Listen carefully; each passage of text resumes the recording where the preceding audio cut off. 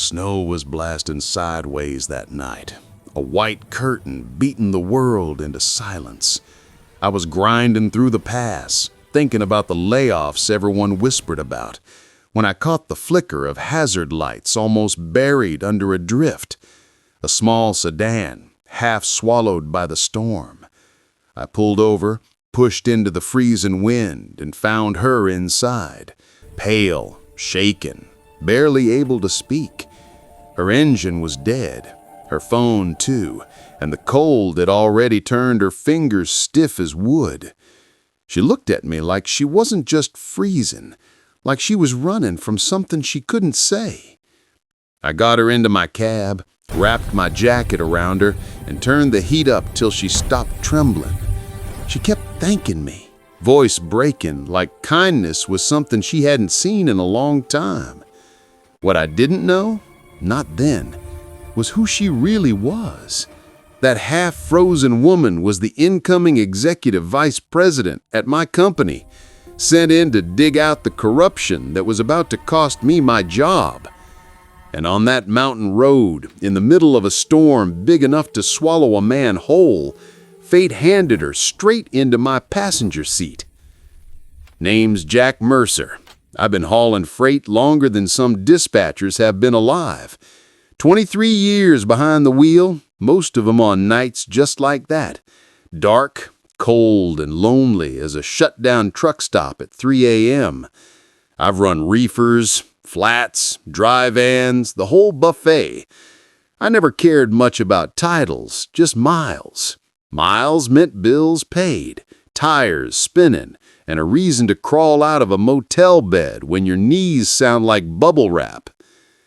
Back then, I was running for Iron Creek Logistics, Midwest outfit that started small, family-owned, then got bought up by some investment group out of Chicago. We went from handshakes and hot coffee with the owner to conference calls and cost optimization initiatives in about 5 minutes. Used to know the boss's kids by name. After the buyout, I barely knew who was in charge anymore, just that they wore suits and never smelled like diesel. I wasn't special at Iron Creek, just one of the old dogs. My record was clean, no preventables in a decade. A couple of close calls, sure, but you don't stay alive out here without a few scars and stories. Folks knew me as the guy who'd take the bad weather loads nobody wanted. Not because I liked playing with my life, but because I knew those roads, and I hated seeing some rookie pushed into a mountain pass they weren't ready for. The trouble started when they hired Trent Mallory as director of operations. Young guy, sharp haircut, teeth too white, shoes too shiny. One of those fellas who calls you buddy while he rearranges your whole life on a spreadsheet. He came in swinging, talking about efficiency gains and driver accountability. What that meant in plain English was fewer miles, more rules, and any problem was always the driver's fault. At first, it was small stuff. Loads stacked tighter than they should have been. Routes shaved down to minutes instead of hours. "You can make it if you hustle, Jack," dispatch would say, parroting Trent's new policies. "Weather looks fine on the satellite." Satellite doesn't feel black ice under 30,000 pounds of frozen chicken, but try explaining that to a guy who thinks traction is a line item. Thing is, old-timers like me started noticing patterns. Drivers getting written up for late deliveries when we'd been held at shipper docks for hours. Equipment not getting serviced on time because maintenance budgets were cut. A buddy of mine, Ray, got canned after 28 years because a trailer tire blew on him. Neglected pre-trip, they said. Never mind, he'd flagged that same tire 3 times the month before, and they told him, "Run it. We'll fix it after." Rumors about layoffs rolled through the fleet like bad coffee through your gut. Names disappeared off the driver app. Guys I knew, steady hands, gone with one short message: position terminated. We all knew somebody was cooking the books, hiding their own screw-ups and pinning everything on us. We just couldn't prove it. Not yet. That's what was rattling around my head the night I saw her hazards blinking in that storm. I was rolling a rush load of medical supplies to a regional hospital, the kind that Trent liked to brag about. Critical contracts, he called them. These keep us afloat, Jack. Don't be late. Meanwhile, he'd shaved my window so tight there wasn't room for a restroom break, let alone a blizzard. When I opened her car door, the cold hit me like a shovel to the chest. She was curled up in the driver's seat, coat pulled around her, breath shallow. Dark hair, snow-damp, stuck to her cheeks. Her eyes snapped open when the door moved, wide and glassy from the cold. I shouted over the wind, "You stay in here, ma'am. You're not waking up again. Come on." Her voice came out thin, scraping like bad brakes. I tried calling for help. No signal. Then my phone died. Yeah, this pass eats cell service. Lucky I came through before a plow buried you for the night. I wrapped my arm around her shoulders, felt the stiffness in her muscles. Frostbite doesn't care if you got money or not. It chews everybody the same. We pushed against the wind, snow stinging our faces, my boots punching down into drifts that tried to swallow us whole. By the time I hoisted her into my truck, my beard had gone white with ice. Inside the cab, the heater did its thing slow but steady. I cranked it, shut the door, and the storm turned into a muffled roar outside. She huddled in the passenger seat, shoulders shaking, holding my jacket tight like it was the only thing tethering her to the world. "What's your name?" I asked, easing the rig back into gear, crawling us forward with the hazard lights on. She cleared her throat, rubbing her hands in front of the vent. Claire Dalton." I nodded. "Jack, you got stranded on the wrong stretch of road, Claire. This pass doesn't forgive mistakes." A faint smile twitched at the corner of her mouth. "You talk like you own it." "Don't own anything but this rust bucket and my bad knees. But I've run this route more times than I can count." She was quiet for a while after that, just listening to the engine hum and the storm claw at the outside of the cab. Once she stopped shivering so hard I could see her better. Not just scared and half frozen, tired in a way that doesn't come from one night. The kind of tired I'd seen in guys who were on their third divorce or their fifth layoff. "You on vacation or something? Not a lot of folks pick this road for fun on a night like this." She hesitated, eyes sliding out toward the white void beyond the glass. "Work," she said eventually. "Going to visit a facility." "Must be one hell of a job to drag you through this mess," I muttered. "You have no idea," she said softly. Something in her tone made me glance over. There was weight behind those words, like she'd just stepped into a world full of landmines and was still learning where they were buried.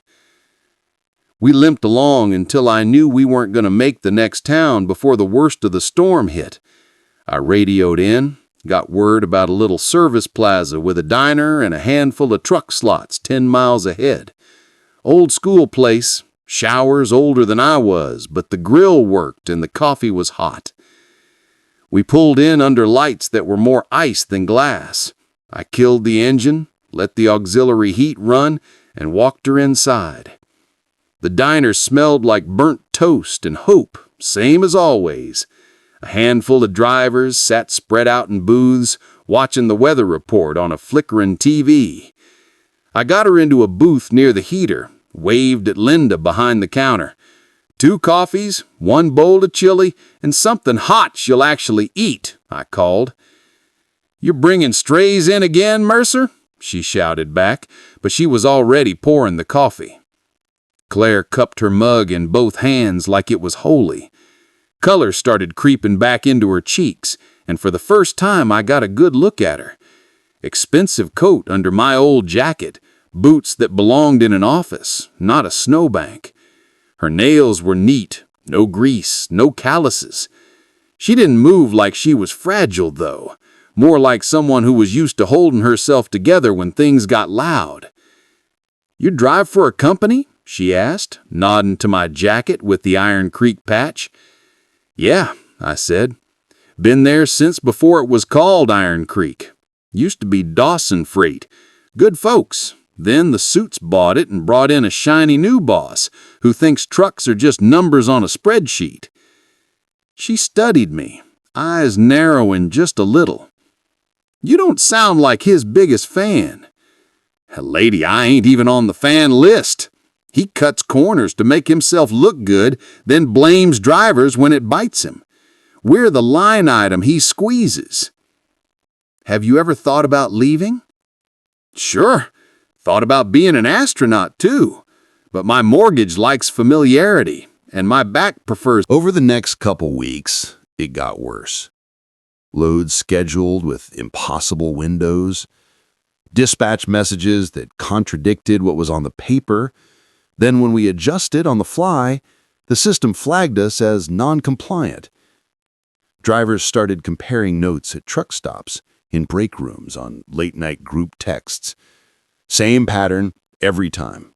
Something went sideways, and somehow, in the system, it always came back to driver error. I started keeping records, not because I planned to do anything with them, just because I needed to know I wasn't losing my mind. Every time dispatch gave me a load, I'd screenshot the details. Every time the system flagged me for something, I'd photograph the screen before it auto-cleared.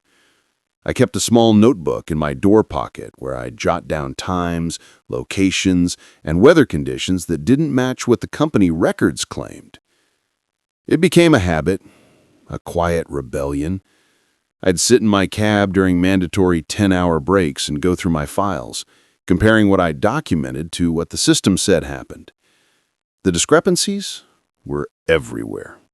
Speed limits that didn't exist on certain roads, weather conditions marked as clear when I'd driven through whiteouts, delivery windows that had been retroactively shortened after I'd already committed to them. One night, parking at a crowded truck stop east of Omaha, I ran into Ray, the guy they'd canned over that blown tire. He was hauling for some bottom-barrel outfit now, running old equipment and hating every second. We sat on my bumper, drinking bad coffee out of worse cups, watching reefers hiss in the dark.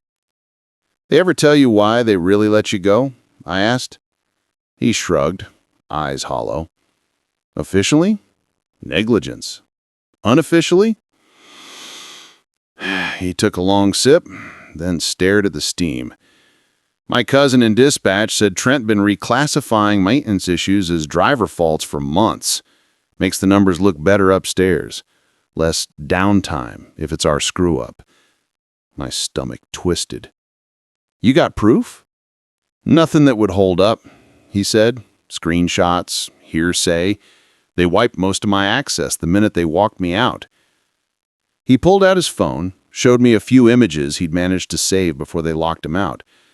Maintenance tickets marked as completed that he'd never signed off on. Trip logs showing speeds he'd never reached. It was exactly what I'd been seeing in my own records. But Ray's case was worse. They'd built an entire false narrative around his firing. "You should fight this," I said. Ray shook his head. "With what? I can't afford a lawyer, and nobody's going to believe a fired driver over a director with a fancy title. That's the game, Jack. They write the rules, and we play 'em or we starve." That night, I lay in my bunk, staring at the ceiling, engine off, but mind racing. Claire's words came back to me, clear as the squeak of an ungreased brake pedal. "If you ever feel like things are wrong enough that you shouldn't stay silent, promise me you won't." I hadn't thought much of it at the time. Just a weird thing for some stranded stranger to say. But now? Now it felt like she'd seen right through the company from the outside, the way we were starting to from the inside. I pulled out my phone and went through my photo gallery. Hundreds of screenshots, dozens of notes, a trail of evidence that told a story Trent didn't want anyone to see. I started organizing it, creating folders, adding dates, cross-referencing dispatch orders with actual conditions. It was meticulous work, the kind that made my eyes burn. But I couldn't stop. Because if Ray was right, if they were systematically blaming drivers for problems management created, then I wasn't just collecting evidence for myself. I was collecting evidence for everyone they'd already screwed over, and everyone they were planning to screw next. Then came the email that changed everything. It was a mass message from corporate HR. Subject line, leadership transition and strategic review. Those are the kinds of phrases that make grown men nauseous. The email was full of fluff, excited for the future, positioning Iron Creek for growth, aligning our culture with our values. Buried halfway down, in a paragraph almost nobody would read, was one line that made my spine go cold. We are pleased to welcome Claire Dalton as Executive President of Operations, overseeing terminal performance, safety, and network integrity. Claire Dalton, Executive President of Operations. The coffee in my hand suddenly felt heavier. The woman I'd pulled out of a snowbank, the one sitting in my cab asking me if I would speak up when things were wrong, was about to be one of the top people at Iron Creek, overseeing operations, overseeing people like Trent, overseeing people like me. I read the email 3 more times just to make sure I wasn't hallucinating. Each time, her name stayed the same. Each time, the title felt more impossible.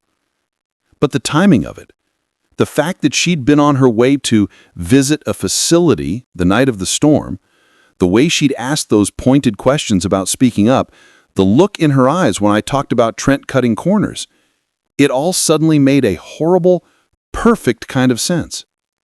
She hadn't been stranded by accident. She'd been on her way to Aurora, to us, to investigate exactly what I'd been documenting in my phone for weeks. And I'd saved her life before she ever got the chance to do that. Over the next few days, the terminal moved like a cemetery at midnight. Word spread fast about the new EVP. Some drivers were hopeful. Anyone had to be better than Trent's reign of terror. Others were skeptical. Another suit, one guy muttered. They all talk about values until the quarterly numbers come in.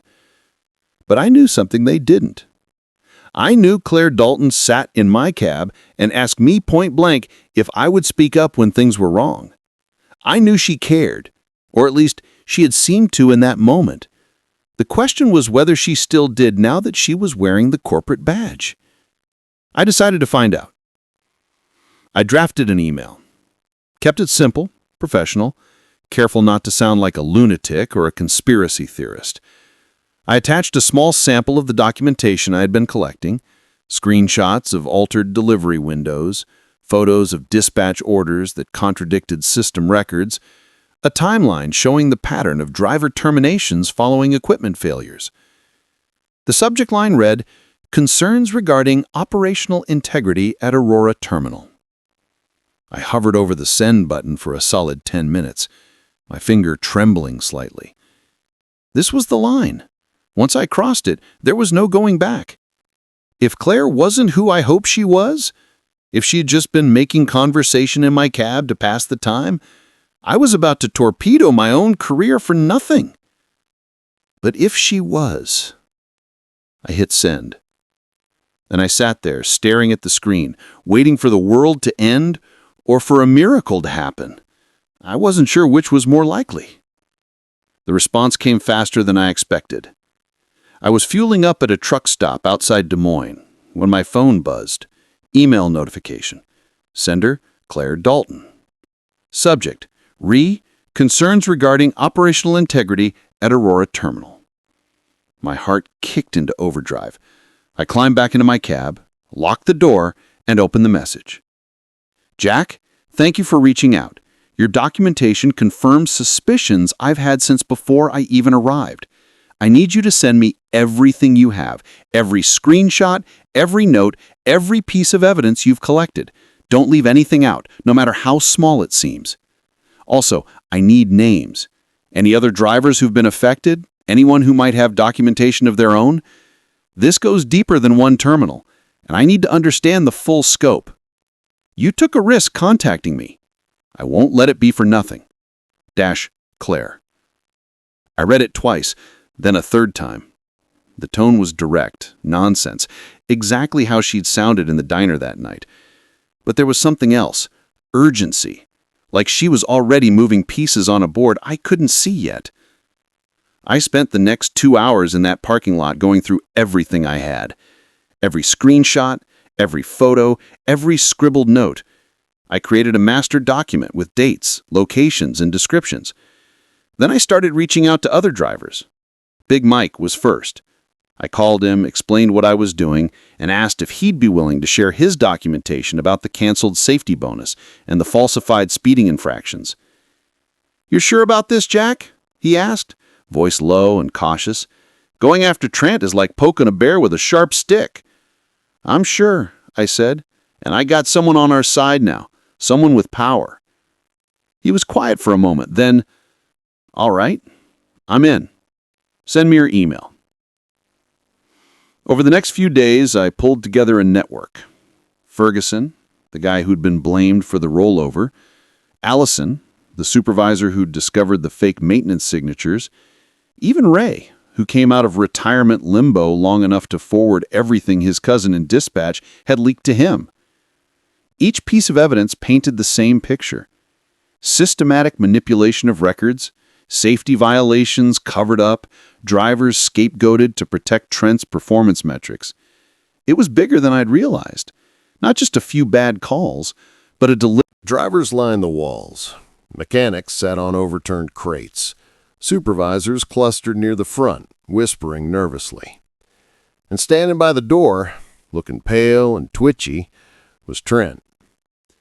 Claire walked in at exactly 9 a.m., flanked by 2 corporate security officers. The room went silent. She didn't waste time with preamble.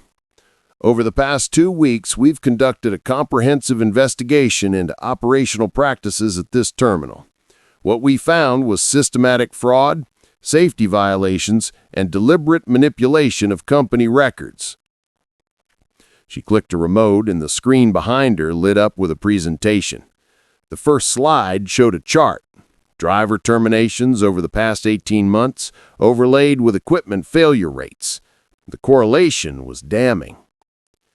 "Director Mallory has been falsifying maintenance records, altering trip logs, and reclassifying equipment failures as driver errors to inflate performance metrics. This has resulted in the wrongful termination of 6 drivers, the denial of bonuses to 14 others, and multiple safety violations that put lives at risk." Drivers gasped. Mechanics cursed under their breath. Trent tried to speak, but Claire cut him off. "I have server logs, witness testimony, and physical evidence.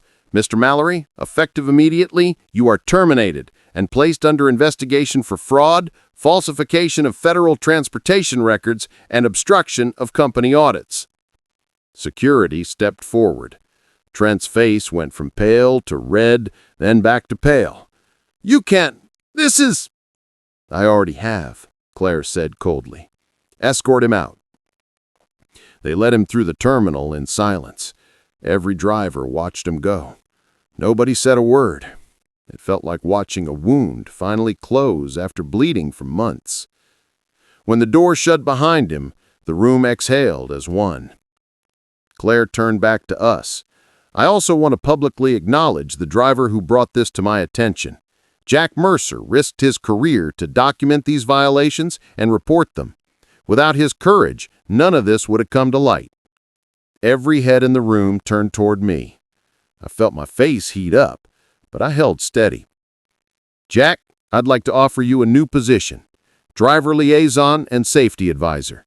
You'll work directly with me to rebuild trust, ensure transparency, and make sure no driver ever gets thrown under the bus for management's mistakes again." The applause started slow, then built into something louder, more genuine. Not wild cheering, just solid, respectful recognition. The kind that says, "We trust you. Don't let us down." I nodded. "I'm in." The weeks that followed were a whirlwind. Claire didn't just fire Trent, she dismantled his whole system. She brought in an independent auditor to review every case he'd touched. Drivers who'd been wrongfully terminated got reinstated with back pay. Bonuses that had been stolen got returned. Safety violations got reported to the DOT, and new protocols got put in place to prevent future manipulation. And she put me right in the middle of it. I spent my days walking the yard with Claire, meeting with drivers, listening to complaints, flagging problems before they festered.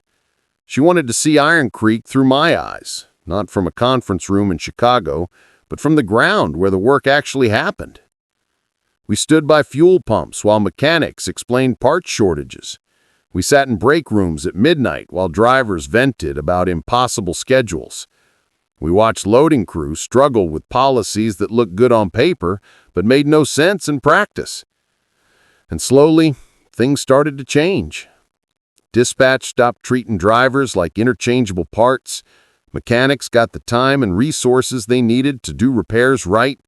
Supervisors learned to listen instead of just issuing orders.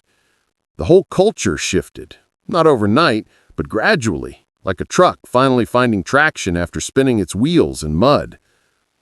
One afternoon, Ferguson, the guy who'd been blamed for the rollover, pulled me aside. His eyes were wet. "They gave me my job back, Jack. Full reinstatement. Paid for the surgery I needed on my leg. I thought I was done, man. Thought I'd never drive again." "You earned it," I said. "This is your second chance. Don't waste it." He shook my hand, grip firm. "I won't." Stories like that kept coming. Ray got hired back, assigned to a new route with better pay. Big Mike got his bonus restored with interest. Allison got promoted to safety compliance manager with authority to shut down any operation that didn't meet standards. The terminal started to feel like what it used to be, a place where people mattered more than metrics. But the story didn't end with Trent's firing. About 6 weeks into Claire's reforms, the legal team discovered something bigger. Trent hadn't been working alone. He'd been reporting false efficiency numbers to corporate to justify company-wide staffing cuts. The plan was to lay off 30 drivers across multiple terminals and replace them with cheaper contract labor. Claire laid the documents out on her desk, jaw tight. He was going to gut the entire fleet. "How close was he?" I asked. 2 weeks. The board was scheduled to vote on it next month. My stomach turned. 30 families, 30 lives upended. All so Trent could look like a miracle worker on a spreadsheet. "What happens now?" I asked. "Now, we make sure it never happens again," she said. "I'm proposing a new oversight committee. Drivers, mechanics, dispatchers, all with voting power on operational decisions. No more top-down mandates that ignore the people doing the work." "You think corporate will go for that?" She smiled grimly. "They will if they want to avoid a lawsuit and a DOT investigation." The board approved her proposal. The oversight committee got formed. And for the first time in Iron Creek's history, drivers had a real voice in how the company ran. Months passed. The investigation into Trent went federal. Turns out falsifying transportation records is a big deal when public safety's involved. He got charged with fraud, obstruction, and a handful of other crimes I didn't fully understand. Last I heard, he was looking at jail time. Claire stayed on as EVP. She could have taken a promotion, moved to a bigger company, climbed higher up the corporate ladder. But she didn't. She stayed at Iron Creek, kept pushing for reforms, kept fighting for drivers who couldn't fight for themselves.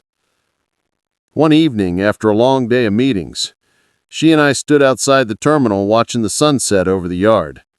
Trucks rolled in and out, engines humming, drivers waving as they passed. It was the kind of scene that used to make me feel invisible. Now it felt like I was part of something that mattered. "You ever think about that night? The storm?" Claire asked. "All the time," I said. "You know, if you'd driven past," she trailed off, shaking her head, "I don't know where I'd be right now. Frozen on the side of a mountain, probably, Or I would have arrived here too late to stop what Trent was doing. Either way, a lot of lives would have been destroyed. You saved more lives than I did, I said. I just opened a door. You're the one who walked through it. She looked at me, eyes soft. You opened more than a door, Jack. You opened your truck. You opened your records. You opened yourself up to retaliation and risk. That's not small. I shrugged, uncomfortable with the praise. Just did what needed doing. That's what makes it heroic, she said quietly. We stood there in silence, watching the world keep turning. And I realized something I'd never fully understood before. Helping people doesn't always look like grand gestures or dramatic rescues. Sometimes it's just pulling over in a storm. Sometimes it's keeping records when no one's watching. Sometimes it's speaking up when staying silent would be easier. And sometimes those small acts ripple outward in ways you can't predict, saving not just one life, but dozens, hundreds maybe. All because you chose to stop. Here's the thing about being a truck driver. You spend most of your life invisible. People see the rig, not the person inside. They see the cargo, not the guy hauling it. Your background noise on the highway, an obstacle in traffic, a number on a delivery manifest. But every now and then, you get a chance to be more than that. A chance to stop and help. A chance to speak up when staying silent would be easier. A chance to stand up for people who can't stand up for themselves. And when those moments come, you have a choice. You can keep rolling, pretend you didn't see, tell yourself it's not your problem. Protect yourself and hope everything works out. Or you can stop. You can risk being late, risk being yelled at, risk losing your job or your reputation or your comfort. You can step out into the cold and the wind and the uncertainty, and you can help. Most people won't notice. Most people won't care. You probably won't get thanked, won't get recognized, won't get any reward except the knowledge that you did what was right. But sometimes, just sometimes, that choice ripples outward in ways you never see coming. Sometimes helping one person sets off a chain reaction that changes everything. Sometimes a stranger you pull from the snowbank turns out to be exactly the person who can fix the thing that's been breaking you. And sometimes the smallest act of kindness becomes